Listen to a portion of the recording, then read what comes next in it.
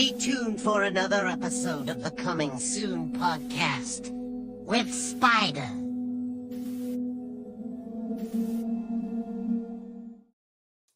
Hello, everybody. sPidA here, Coming Soon podcast, coming to you once again, San Antonio, Texas, with my guest. You're not in the States, my man. Where are you at? I'm in the UK. The UK. Not too far from London. No, and of course, man. I mean, being across the pond, as I've always, I've been saying since the '80s and '90s, man. But you guys, right now, I mean, the time difference, of course, you're about ready to go to bed, and I'm still about ready to eat dinner, man. So I appreciate your time. Yeah, no problem. No, it's my pleasure. No, for sure, man. And of course, man. I mean, I have you on here for a few reasons. I mean, one of them being a filmmaker, of course. So my question starting off, man, is, I mean, when it all started for you, I mean, what was it that got you interested in not just in acting, but in actually making movies? I think initially it was just like the first thing was just the love of movies growing up. Just being, the video store experience, just kind of browsing, seeing all these titles and all these brilliant covers. All like the poster art, all the Drew Struzan stuff and all that kind of thing just catches your eye. So it was growing up watching kind of action films and fantasy films, even at quite a young age, watching films that I probably shouldn't have been watching. Oh, yeah. We've all been there, man. Yeah, we were. You start off watching, stuff like The Terminator and Die Hard and all that. So, yeah. And then I just got interested in making movies, mostly from the point of view of writing them. Right. And then, it all kind of starts like a lot of people. It starts with your family and me and my brother running off in the woods somewhere making movies, just throwing each other around. Man, and let me ask you, I mean, when, those early projects, I mean, with you and your brother, I mean, do you guys still have copies of those? We've got... Not like the very earliest ones. We probably go back about 22 years. It's probably the oldest one we've still got. So most of our films would be set in the woods. Yeah. Just because we'd kind of get out of the way somewhere and it would be reasonably quiet. The odd dog walker would come past and see us kind of doing things and throwing each other around. Thinking, what are these guys up to, man? Yeah. But let me ask you, I mean, is your brother still involved? Is he involved in filmmaking as well?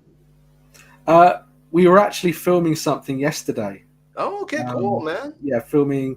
We've done a couple of short films together, kind of like, I guess, official. Yeah. All the stuff we did when we were a bit younger was kind of just like for our eyes only. But yeah, we've done a couple of short films since then. But we're kind of working on our first feature at the moment. Oh, sweet, man. And of course, I mean, are you guys still running into the woods to make movies, or where are you guys meeting up now, man? We use proper locations now. There you go. There you go. There'll still be a little bit in the woods, though. Yeah. No, and I was going to say, too, I mean, in the beginning, it's pretty much whatever's around you, right? I mean, you got to use what you have, and, it's always great. I know now a lot of filmmakers, I mean, they're like, oh, we know somebody with a house or somebody with a beachfront, and they get that opportunity because, I mean, it can get pretty pricey, man, especially when you're having to pay for locations, Yeah, definitely. I mean, we've got one really great location that cost quite a lot of money. So no, yeah. Anything I can get for free, I appreciate it. Oh yeah, any day, right? As long as it's they allow you to use it. And let me ask you this: throughout making movies, I mean, have you guys had to do that? I mean, use like other people's locations, whether it's a store or anything? Yeah, I mean, anytime we can kind of get anything for free or next to nothing, it's always a bonus. So, any relatives who have like a second, like a holiday home somewhere, we might use that. Nice. We had one actress in the last short film that I did with my brother. Yeah. She happened to have two places in London, so we could use one for one location, one for the other. Nice. Which was quite a bonus. So you've got to know people that own property as well. That's always that's when you start making them part of the movie, right? That way they can get in there and you can use their location, bro. That's a smart way to go about it, man. Yeah, definitely. Sure. Let me ask you, because of course, I mean, being in the UK, for myself, I mean, I used to listen to a lot of punk rock music, so in the late 80s, early 90s, I used to have to order stuff overseas. And man, ordering stuff from England early 90s was like buying two pair of boots or two pair of shirts, because it was pricey. How was it for you guys out there? I mean, growing up, I mean, did you guys? I don't think we as Americans we'd have anything you guys want, but it's like, I mean, did you guys have to do any purchases outside the country? Actually, when I first kind of got into DVDs, like 99, 2000, something like that. Okay. Because you guys more often than not would get the releases first. Yeah.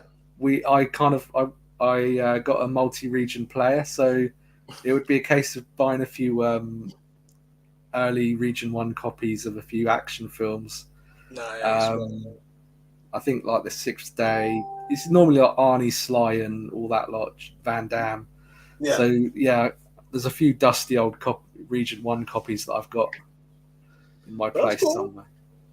Yeah, because even when it came to clothing, I mean, same thing. Ordering albums, music, from labels out there. But I was just curious because over here, I was a few years back. I was actually into the whole vintage toy, collection. So I used to distribute and sell outside the country, and I stopped because it's like sending stuff to Canada or even like Puerto Rico or anywhere. It was pricey as hell, man. Like it would kill a deal, But yeah, for the most I've part, noticed that now the prices are even higher for like getting stuff shipped over. Yeah, I mean, some of the films that I write for, usually American companies. Yeah, because most of what I write is predominantly aimed at American audiences. So I can get a free copy of something, but I have to pay the postage, and it's just not worth paying the postage. No, yeah, you see, and that's I was actually talking to a buddy of mine about that because it's when you try to help people. I mean, especially in the beginning, back when I started a t-shirt company, I used to. I still network with combat sports, MMA, boxing, and I used to make shirts. And I mean, they cost, man. They cost to make them, and they're like, "Oh, well, give me 5 shirts for my family, and give me, And I'm like thinking, like, man, I'm losing money already, So it's pretty pricey. But I was gonna say on that perspective, I think it's pretty cool that you guys have the option to stream now, as much as like not just selling DVDs because. It's a lot more affordable or feasible for you guys to like, hey, well, you can stream it, you don't have to pay for DVD. And I mean, it'd be cool to buy DVDs, but when the price kills the deal, it's like, I mean, the people can still, watch y'all's films through, streams out there, which there are plenty of. Yeah, definitely. I mean, there's so many more opportunities now in terms of getting your film out there. Yeah. It's kind of it's good in some ways, but in other ways, streaming is kind of it's brought down a lot of the revenues of what you can kind of make, and it's bringing budgets down. It's bringing how much distributors will pay for stuff and investment and stuff like that. So you've got more opportunities than ever, but it's almost like there's a bit less money floating around. Yeah. I know, and I've talked to other movie makers, especially here in the States too, and they said the same thing. It's like, man, I mean, 1 million views is still not like, it's not great. a lot of money. Yeah, I mean, I had one film that probably had around about 10 million views altogether. A film called Jack and Jill, kind of based on the old nursery rhyme, but a lot of horror twist on it. Yeah. But yeah, like 25 years ago, if you get 10 million people buying a DVD, I'd be in a mansion somewhere. Oh yeah, you see it. But, 10 million views on all the different platforms, it doesn't really mean much, really, for me financially. But I suppose the kudos is. You see it, and I was gonna say that's kind of where you guys lose out a lot because I mean, of course, selling DVDs locally, like even if it's just like in the UK or in Europe, I would assume it's a lot more feasible to be able to ship them. I mean, here in the States, for the most part, I mean, every time I ship something, it's I send a bulk rate, which is the cheapest you can send it, and it'll get there at ground. Which it'll still get there, but it'll just take a few days more. But I mean, anything else, it costs an arm and a leg. I was a postal employee 15 years, and man, I mean, it was rare that I would have to go and ship something, but it's like when I did, I'm like, damn, I would feel it. Oh yeah, I definitely know that one. And sometimes if if you're in the UK and you receive something from overseas, especially like from the US or even over in Asia, for example, sometimes you'll find that they hold it at the post office because you need to pay a bit more tax on it or something. Oh So man, someone's paid the postage, but you've still got to pay a bit more to receive it. yeah, for customs, right? Yeah, Yeah, no, yeah, you see, and that's yeah, even, I forgot it. I mean, that's the biggest thing because I think I had sent stuff like to Canada, for example, and once to I want to say Spain, and once it leaves the country, like we can't track it. So it's like them getting yeah, back to me and like, hey, I never got anything. It's been like 2 months, and I'm like, bro, like it shows it flew to your country like on this date. Like I don't know what's going on with you guys, but I mean, it's already out of my hands, and it's just having to refund money, and it's just it costs you more than what you're making. yeah. It's just difficult system, isn't it? It shouldn't be that difficult, but Yeah. that's life, isn't it? And now let me ask you, because of course you mentioned, as far as the film, because Jack and Jill, for example, Cinderella's Revenge, which I'm going to bring up later, a lot of these are nursery rhymes. So what's the relation with making movies, horror movies with nursery rhymes that we all grew up with? I mean, what's the story behind that? I think that trend seems to be that it's all things that people recognize. So everything is all about like IP these days, isn't it? So everything's like a sequel or a reboot or an adaptation of something that people know. So I think in terms of like the nursery rhymes things and all the kind of old Grimm's fairy tales, it's just something that pretty much everyone's kind of aware of it, even if they might not necessarily know, every line of the nursery rhyme, for example. But everyone kind of knows the Cinderella story, or Snow White, or Alice in Wonderland. So Right. yeah, I think distributors kind of feel like it's a safe bet at the moment, and because you can do like a horror twist on it, you can still kind of do them relatively low budget. Yeah. You see, and the thing too, the reason I was asking was because a lot of the Disney films, even now looking back and watching some of these films, a lot of them were creepy. You look back and you're like, Yeah, damn, I didn't notice a lot of the sexual overtone, a lot of the adult humor that was in them, because there's something in there, and it's like you get all these conspiracy theorists, or just people who are like, oh, they're trying to push propaganda or something at us as kids. And I never, I didn't notice it till like later on in age, but on some of them I did. I was just like, man, am I supposed to be watching this? Like it's a little awkward, and yeah, so it kind of makes sense, because I feel like a lot of them should have been for adults only, or at least kids that are grown enough to know what's going on. It's just a twist. But man, I mean, of course, I mean the fairy tales. I mean, we all grew up with. I still got a couple albums, with the disc, vinyl records, and I was talking to my yeah, buddy earlier about them, and he was like, yeah, I told him, I was like, dude, I've got a bunch of them, like the Pinocchio, I mean, just Bambi, all these stories with the vinyl and story behind them. But we like you said, we can relate to them. I mean, the fact that now they have that hard twist in them. I mean, it makes them a little bit more intriguing, because we all want to watch them now. But I gotta ask you, there was an opportunity. I mean, I read this when I was looking up as far as what you've done before, and this having to do with the I think it was the Winnie the Pooh movie. yeah. Blood and Honey, yeah. Yeah, I'd worked with, well, actually, one of the producers who did that did Jack and Jill with me. So right. I've done loads of films with Scott. Quite a few of Reese, who directed the film as well. So they approached me first of all. I was kind of juggling a couple of things at the time, so it was quite difficult. So I did start on it, on just the treatment, Right. which we submitted, and then the distributors took too long to kind of get back to us, and eventually they said, "Oh, it's too dark. Can you kind of come up with something?" So it could have been worse, for fans who Yeah. thought it was a bit twisted. And then at the same time, I got offered Cinderella's Revenge, and I opted for that one because basically it had Mark L. Lester involved, who he did Commando, Showdown in Little Tokyo, all these kind of great films that I grew up on. So I went with Mark Lester. Oh, okay, okay. Yeah, but then Winnie the Pooh, Blood and Honey kind of swept the boards at the Razzies, Yeah. including worst screenwriter. So I probably missed out on that one. Myself a Razzie.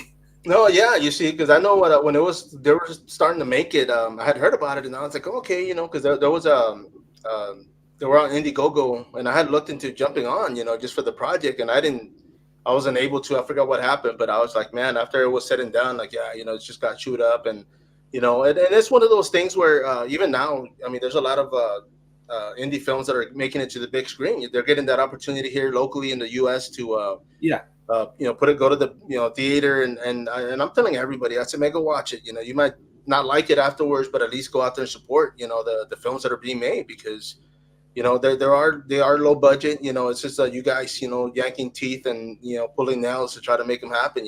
But I mean, as a fan, I mean, I definitely appreciate what you guys do.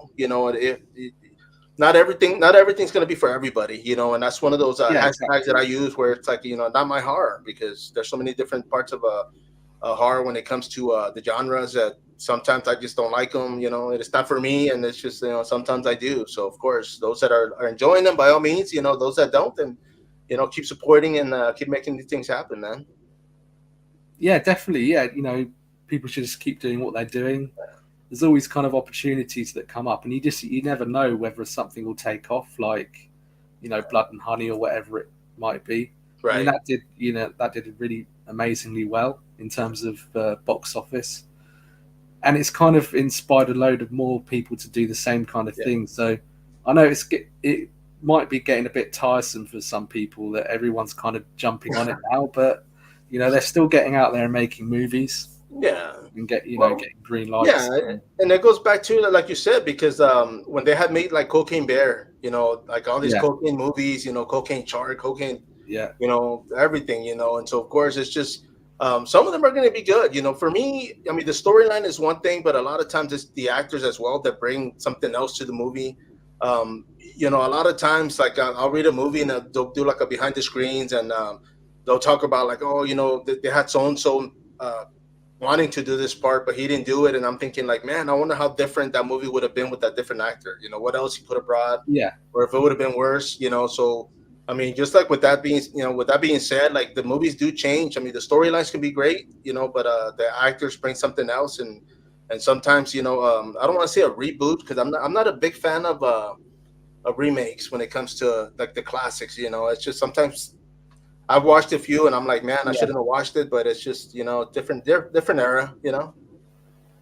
I think so too. I mean, sometimes you can remake something that was so kind of original as well Yeah, that you can't copy it, and then if you try and do something different, you're yeah, always running the risk that what you do different is going to alienate the original fans as well. I right. mean, something like The Crow is just that was so distinct and so memorable. So Yes. it's just one of those where it's gonna be really difficult to remake. So it'll be interesting to see how the new one turns out, but it's not something I'm that excited about because yeah, the original was so kind of such a unique one-off film.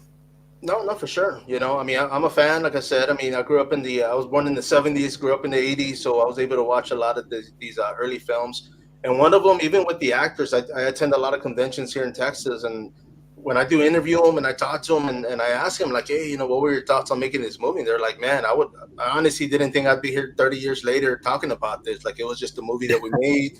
Yeah, It was just a job. Like, I wasn't planning, and it just became a classic. And it's like it's great, now a lot of these actors, I mean, some of them are still out there making movies, which is great. A lot of them are retired, but to finally be able to meet them, talk to them and be like, man, like I watched, it's like when I hear about somebody passing and they're like, oh, so and so from so movie, and I'm like, man, like I keep seeing the same movies over and over, that I forget that we get old, and like a lot of these actors, they're already up there in age, and I mean, I'm right behind them, but yeah, man, it's just it's one of those things that my grandkids are going to be watching, and their kids. It's just they're going to go on forever, man. So every movie that's being made, every attempt. I mean, of course, we never know, but I mean, for the yeah, most part, you guys are making them because you want to. So that's great. yeah. I mean, that's the goal. You want people to kind of watch it more than once, or you want it to have a longer life than Yeah. just a few months. No, I no. know there seems to be a bit of a rise in film. Like some companies now, some of the bigger ones, just they feel like they can put something out that's disposable. It doesn't really matter Yeah. if people are still watching it in 4 or 5 years. But yeah, I mean, there's still a few films that kind of do capture something and then have a longer life. Right. No, no, for sure, man. And of course, and I was gonna say earlier, we were talking about the nursery rhymes, and one of the vendors here locally, man, Tiffany Reynolds, she actually talked about you were saying some of uh, the stories were like grim, the tells, they were dark, and of Yeah. course, so it's something that we definitely discussed. And yeah, it's true, man. It's just, but I've seen some in the past. I mean, of course, it's not something new, but the fact that I guess it's the copyright that drops that you guys are able to make these, or how does that work?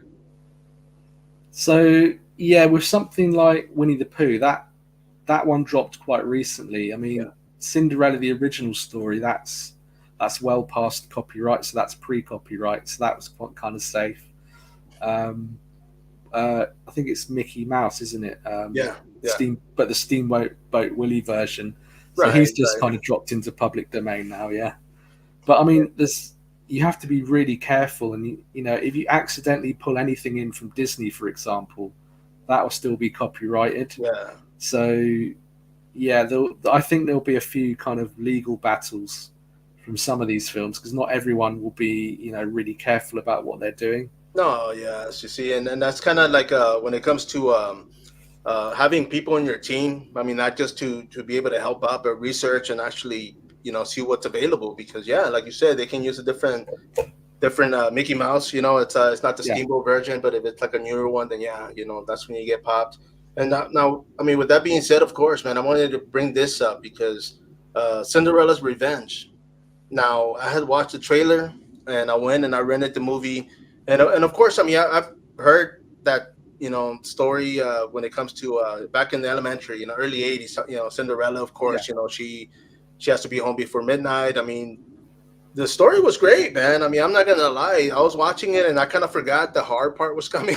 So when it happened, I was like, "Oh man, okay, yeah, yeah." I mean, you guys did. I don't want to say stick to the original. I mean, there was a lot. You guys followed the line, but I mean, when it splits off and starts getting, scary, as far as what starts going on. But when did you guys decide? Because of course, I think the movie was like an hour and 25 minutes or so, an hour and 30.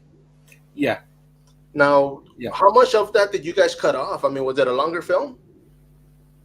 No, I think for the most part, with a lot of these films, they tend to try and aim for about 90 minutes, Right. roundabout.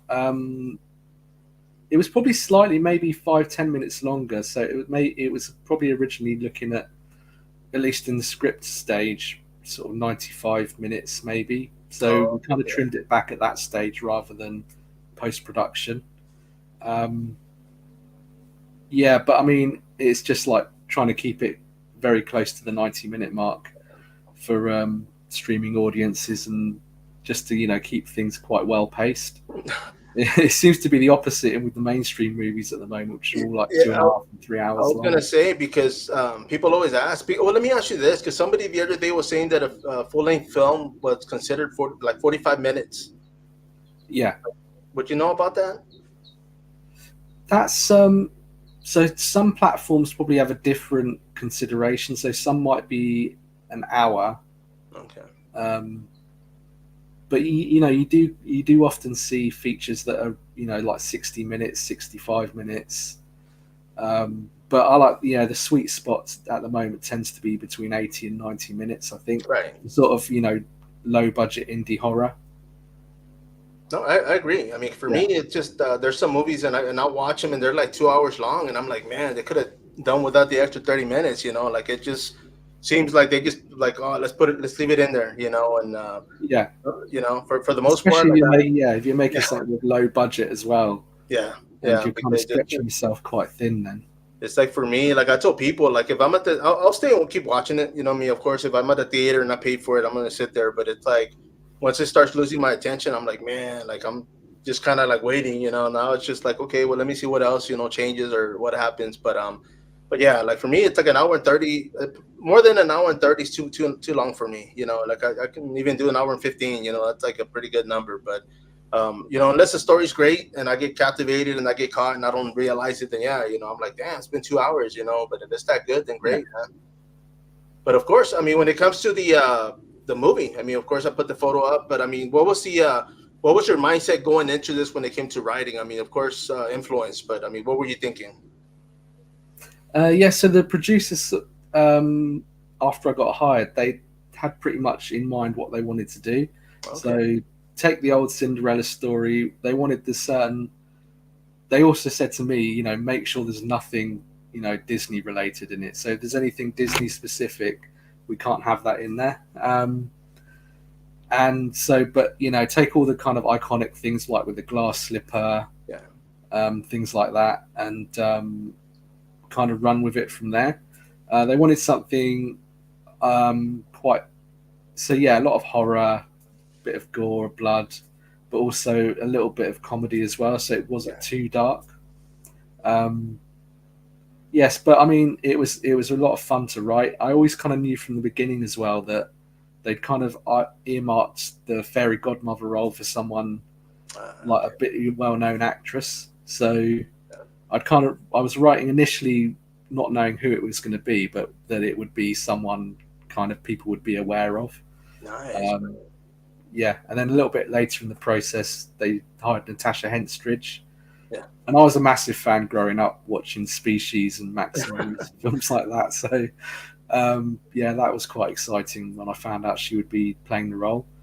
And then we kind of tidied the role a little bit more towards her as well. But it was always in mind that she would kind of be able to chew a bit of scenery and have a lot of fun with the role. Man, and I was gonna say too. I mean, once you realized it was her, I mean, did you go back and change quite a bit, or just kind of altered around her? No, I mean we didn't change too much. The character was kind of like fun already. Yeah. But we kind of, I guess we fleshed out a couple of little bits, and we gave her a little bit more, a slightly warmer side because she was maybe a little bit more nefarious at first, a bit darker, right. But yeah, she always had this kind of fun sense of humor, but we wanted to make her a little bit warmer as well. And then I think what Natasha brought to it was a lot of charm as well, so she brought her own kind of thing to it as well. Nice, man. No, yeah, she did. I mean, I did watch the film. For those that haven't watched it yet, I mean, it is streaming. On this one, did you guys actually release DVD formats? I don't think we've got DVD format yet. I'm not too sure what's going to happen on that one. It's just one of those things where they did a theatrical release, and there's a couple of other territories that are doing theatrical. But in terms of like US and UK, I'm not too sure if they're going to be doing physical media. Right. It's one of those. I think sometimes the films that kind of do that theatrical run, they might decide to pull away from doing the DVD as well, but you never know. We'll see. These things never come all in one go anyway. Right. It's usually one release here, then you get the streaming, then you get the DVD. So I'm hoping there'll be a physical release. I'm pretty sure Germany's usually quite reliable, so I do often get physical releases of my films over from Germany. Yeah.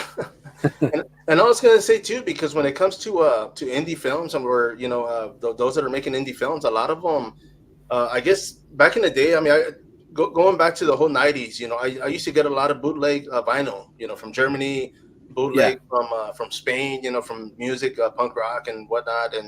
And back then, I mean, I don't know I know when it comes to music, it does hurt the music makers because, of course, they're losing out on capital. But when that happens, I mean, has that ever happened with you guys? I mean, when it comes to making a movie, have you ever like seen it and somebody's got it on DVD or Blu-ray? I mean, pretty much everyone nowadays has to deal with piracy in Right. the movies. I mean, I had one of my last films, The Renegades, was quite badly hit by piracy because it got leaked one day, and then a day later it got hit on IMDb by it got basically review bombed with a load of ones, which was a little bit kind of untoward. So it felt like it was a targeted hit. And like literally one day after it hit the pirate sites. So yeah, that kind of affected the film quite a lot in terms of brought down the IMDb score, then the piracy as well. It's just difficult streaming.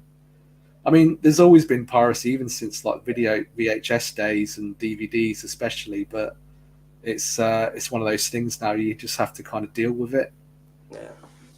No, yeah. I mean, it's unfortunate, man, because yeah, it's like you guys, as it is, like we mentioned earlier, when it comes to the stream sites, the turnaround isn't as much as it'd be nice if it was, but for the most part, if you guys aren't getting those hits there and somebody else is looking at somewhere else, and yeah, it's gonna take away from you guys.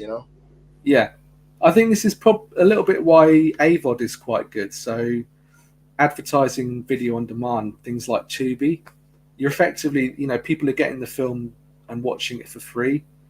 And it's a lot less risky than going to some pirate site and potentially picking up a virus or something. Yes, exactly. And I was going to say, yeah. Because even with the fights or anything else out there, like people are like, "Oh, anybody have a link?" And I'm like, "Nah, man. Yeah.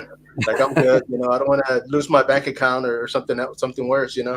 Yeah, exactly. So I think that's why I think sites like Tubi at the moment are a little bit of a shining light for indie filmmakers, because it's still a platform where you get a reasonably good share of the advertising revenue, like especially compared to Amazon, that pay like fractions of a penny for every stream. Oh yeah. And like you were saying earlier, because even the ones that get hit in the millions, it's still not like, be lucky to be able to put some cheese on that burger, when going out to eat, but it's not enough for you guys to live comfortably and keep making. I mean, of course you guys are going to keep making films, but it'd be nice if you guys actually will get that, that media, the physical, cut, if it was like a DVD, you make more money, same thing with Blu-ray. I mean, it's pays a little bit more, but I mean, hopefully, I think they were saying Tubi for the most part was probably like the best one that a lot of people, movie makers here in the U.S. were getting a better feedback when it came to revenue. Yeah, definitely. I mean, it's difficult in the UK at the moment because like AVOD hasn't really taken off here. Yeah. So we're apparently getting Tubi at some point. We've got a few other like similar things, but I don't think anyone watches them in the UK. But like in the US, it seems to be quite good. So Tubi, Vudu, and all that kind of.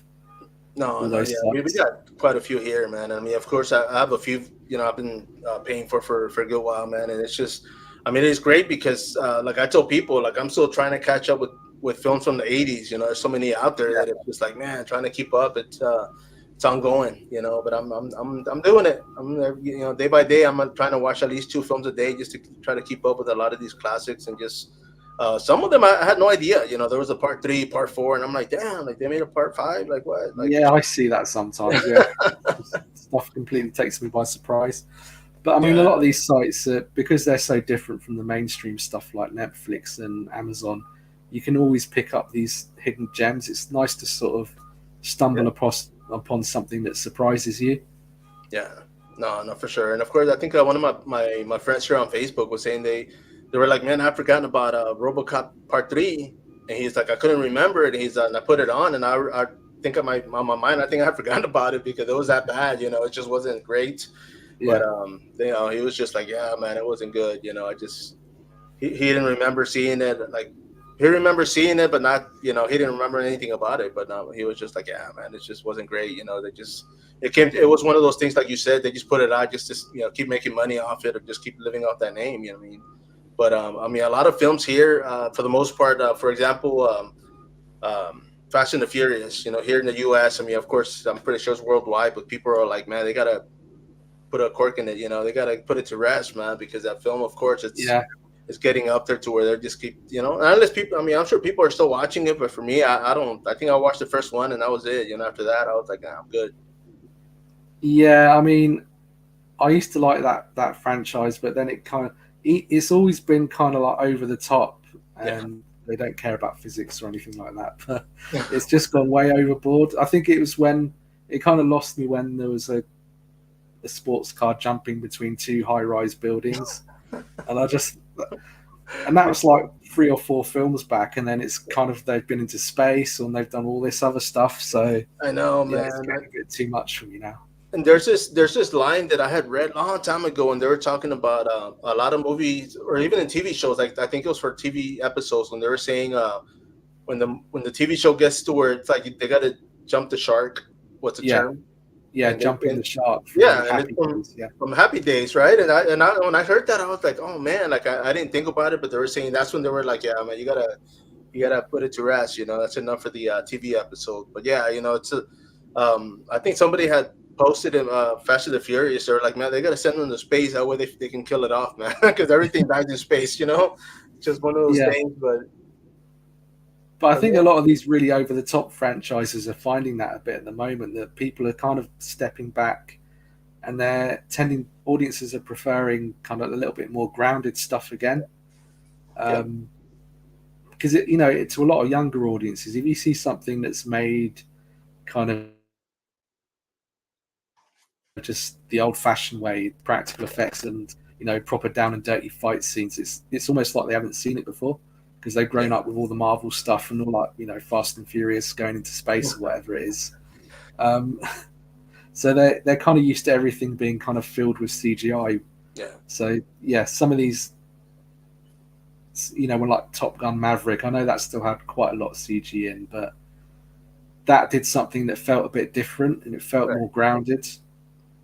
And No, obviously, yeah. I mean, audience the responded to that. storyline for one thing, there was actually a story Yeah, behind it, and it's just one of those that you were able to follow along, and yeah, I think it because and that's another thing too. Like I mentioned earlier with the actors, a lot of times it's a role or it's a storyline that hooks me, and I don't think about anything else. I'm seeing the movie, but it's just like okay, I'm following that storyline. I'm listening, I'm paying yeah, attention, but yeah, like once you start like Sharknado, start seeing sharks flying, and it's just like it gets a little out there, and I enjoy them. I'm not bashing it. I mean, by all means, I love like I tell people, the cheesier the better. I love a good laugh when I'm watching horror, but yeah, when it comes to like the big screen and they're paying all this money, you're thinking, okay, well, half of it was just like everything was green screen. There's no building, there was no water, no car, and it's just like, okay, well, what do we watch? The whole thing was like video articulation, and it kind of takes away yeah. from the craft.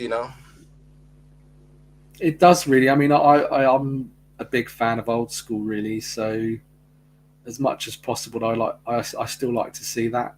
Yeah. Oh yeah, I'm the same way. I'm like, dude. I mean, for me, it's just like if it's it's a human behind that mask that makes it fun. You're like, oh man, Yeah, like the guy actually had to run and jump, and but now you're seeing like this video CGI images of somebody just walking on glass or walking on the building, and you're like, okay, well, or jumping off a building, landing on the tree, and I mean, it's just I get it because I mean that you don't want to put a real person out there and get them injured, but it's just over the top. There's a lot of films that kind of put stuff in there that I'm like, man, that had no business in that movie. Like I don't know what they were thinking. It's just for ratings or what, But for the most part, a lot of times, a lot of these movies, I mean, they can do without a lot of explosive and whistles, and it's just it reminds me. I mean, there was a local fighter here, Ralph Kelly, and he fought like for this promotion, and he was like, man, like back then, I mean, they weren't getting paid that much, a couple hundred to go fight. This is for yeah, MMA, and he was like, man, they brought in like big name UFC former UFC fighter. They paid him like 5,000 to come down. They paid 5,000 for this, and he's like, man, they could have just paid us more money. Like I mean, all this other money went everywhere, and like we're over here yeah. getting paid in pennies. And it's true, man. It's just like I get it. You want to sell tickets, but I mean, when you're bringing big names and they're making more than the people that are stepping in the cage to fight, it's like, damn, you got to kind of reevaluate stuff. But Yeah, that's it. Yeah, I mean, it's just the people kind of running everything, and what they think is valuable isn't necessarily what the audience thinks. So, no, it's the same with distributors. They don't always know what audiences want. And I suppose that gets reflected when there's so many kind of box office failures at the moment. no, definitely, man. And man, I mean, of course, I mean, when it comes to the movie making, I mean, right now, being a writer, are you constantly writing? I mean, do you have stuff lined up that you're hoping will get picked up or you can make happen later this year? I've Yeah, I'm pretty much constantly writing. So I've kind of had a little bit of a break for the last couple of months because I've been producing as well. Right. So, but before that, I'd finished like a run of like 2 or 3 scripts. Okay. So at the moment, they're kind of in development and probably go into production later this year. Oh, nice, man. And then I'm sure like over the summer or beyond, someone will come to me and ask me to write something. It's not normally the case. I start think at the point I start worrying and thinking about, maybe I've just done my last gig ever. Someone will come to me, and then someone else will come a week later. It's inevitable, really, that it's always like 2 at once after I've had a little bit of a gap. Oh, okay. So yeah, I'll have. But yeah, in the meantime, I've been kind of busy with producing from my own script as well. But yeah, I've got plans to kind of write a couple more things kind of toward the end of the year, hopefully for production next year as well. Okay. And are any of those as far as Disney? I don't even want to say the name because, of course, I mean they're not. They're just going to be kind of like Cinderella, I mean, are any of those related to that? There will be. There's a couple of kind of based on old fairy tales. Okay. Can't say what they are yet. No, but yeah, I've got a couple more films with that I'm doing with Mark Lester as well. So he's producing a couple more of my films.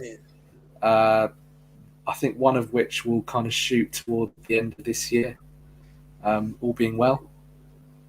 Dude, it's just cool, that man. thing at the moment that even in the US, I think all the strikes that happened last year, they kind of had a trickle down effect on pretty much everything, even like the non-union stuff. So things haven't really kind of kicked into gear yet. So hopefully toward the end of the year, everyone will kind of like, it'll kind of launch back into it again. Right. Full speed. Oh man, well, cool, man. I mean, and of course, I mean, when it comes to films being out there right now, I mean, are there other ones that are being streamed that people can watch? Yeah, I've got quite a lot on Tubi. Renegades is another one I did with Danny Trejo in, Lee Majors, kind of like a long roster of legends in it. Yeah, man. And there's When Darkness Falls is one that I did with Nathan, who you interviewed a couple of weeks ago. Sweet. Buddy of mine. That's on Tubi at the moment, and then we've got one coming out later this year called The Baby in the Basket. Hopefully later this year, maybe early next year. Yeah, and that's a gothic horror film. Yes, and that's one I'm looking forward to, man. I mean, when I interviewed I think your buddy, right? I mean, you said of course you guys know each other, man. But when I had seen the trailer on it, I was like, man, it got my attention. I was like, okay, like Baby in the Basket. But I'm like, well, what's the story? So of course it was intriguing, and it looks dark. I mean, it is gothic when it comes to horror, man. I'm definitely looking forward to that one. That one seems good, man. So I'm looking forward to it. Yeah, we hope people enjoy it. It's a bit of an old school throwback, really. So, yeah, we were inspired by stuff like Rosemary's Baby, The Omen, films like that. So, yeah, we wanted to have something that's a little bit more about atmosphere rather than just jump scares all the time. No, you see, and that's another thing too, because of course, a buddy of mine, I mean, of course, he's out here and he's doing his own movie reviews, and I had told him, and I said, man, you should do one on how many jump scares in each movie, or how many can you count, or how many, because that's the name of this podcast, jump scare podcast. So I was thinking, like, man, that'd be pretty cool, because there's a few that get me, and for the most part, I won't say this because my girl probably won't watch this later, but when I get spooked, like I tend to react like by yelling back, like it's my self-defense mechanism. I don't know where it came from, man, but like when I watch movies, I do the same thing, and she thinks I do it on purpose, but I don't. It's just the way I react to things, like I don't want to get scared, so I scare people back. I don't know, it's weird, but yeah, there's a couple of movies out there that get me, and I'm like, damn, like I wasn't expecting something, it jumps on you, or the sound, they have the speakers that freaking right in your ear, so of course it makes you jump, but yeah, man, I mean, that's great. That's kind of what I'm a fan of. I want to watch something with a great storyline, something that I can follow along. The character buildup, of course, is always great. Soundtracks, I'm a sucker for soundtracks, man. So of course, the music's great and it goes with it, and by all means, it just makes for a great film. But man, I appreciate you, man. And I'm looking forward to what's next. Renegades, and I told people this because Danny Trejo. I mean, you were able to work with the guy? I wasn't there, unfortunately. This was shot pretty much in the middle of COVID, so it was kind of between lockdowns, and then Danny's part was shot actually out in LA, whereas the rest Right. of the film was shot in the UK. Right. It just happened to be that one of the other cast members actually lives in LA as well, Oh, so nice, they man. took the opportunity. He was available. He knew the director, Daniel Zarilli, who sadly passed away earlier this year. Um, yeah, he kind of had a long roster of like actors he'd worked with before and Oh, kind of call up, favors with. So basically, they went and shot in Danny Trejo's backyard. yeah. Nice, nice, easy gig for him. So yeah, and then like 4 or 5 months later, they shot the rest of the film in the UK. Nice, man. No, yeah, man. Because I always tell people this because I'm here in San Antonio, and I'm actually related to Danny. We're third cousins, so he's my cousin's cousin. Oh, okay, yeah. So to the Garay family, it's just one of those things growing up. They would always like tell me like, yeah, he's your cousin, and I'm like, what? Like his last name's not Garay, but the mom, his mom was, so of course, kept the dad's name. But yeah, man, that's pretty cool, man. I haven't met the guy. He was actually supposed to be here in Corpus. I was just gonna, be Yeah. cool to kind of meet him, and everybody say he's a good guy, man. So I was looking forward to that. I'll probably still meet him this year. We'll see. He'll be out there somewhere. Yeah, fingers crossed. I mean, yeah, I've always heard that he's a great guy as well. Yeah, man.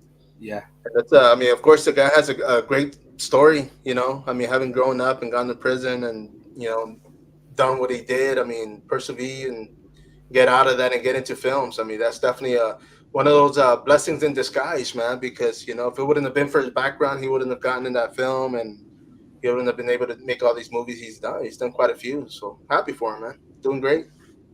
yeah, definitely. I always get pleased when I see him pop up in something. No, for sure, Yeah. man.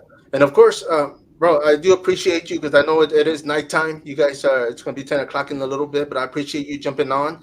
And as always, I would love to invite you back. I mean, of course, I'll do it Yeah. more or less towards your better time frame. That way we can keep you on here a little bit longer. But I, I mean, I wish you the best, and I hope to talk to you again. Bring you on here soon. Appreciate Yeah, you, brother. definitely. I'd love to come back. Man, I appreciate that, man. Don't Thanks hang a up lot, yet. Everybody out there, of course, once again, this is sPidA Coming Soon Podcast. Till next time.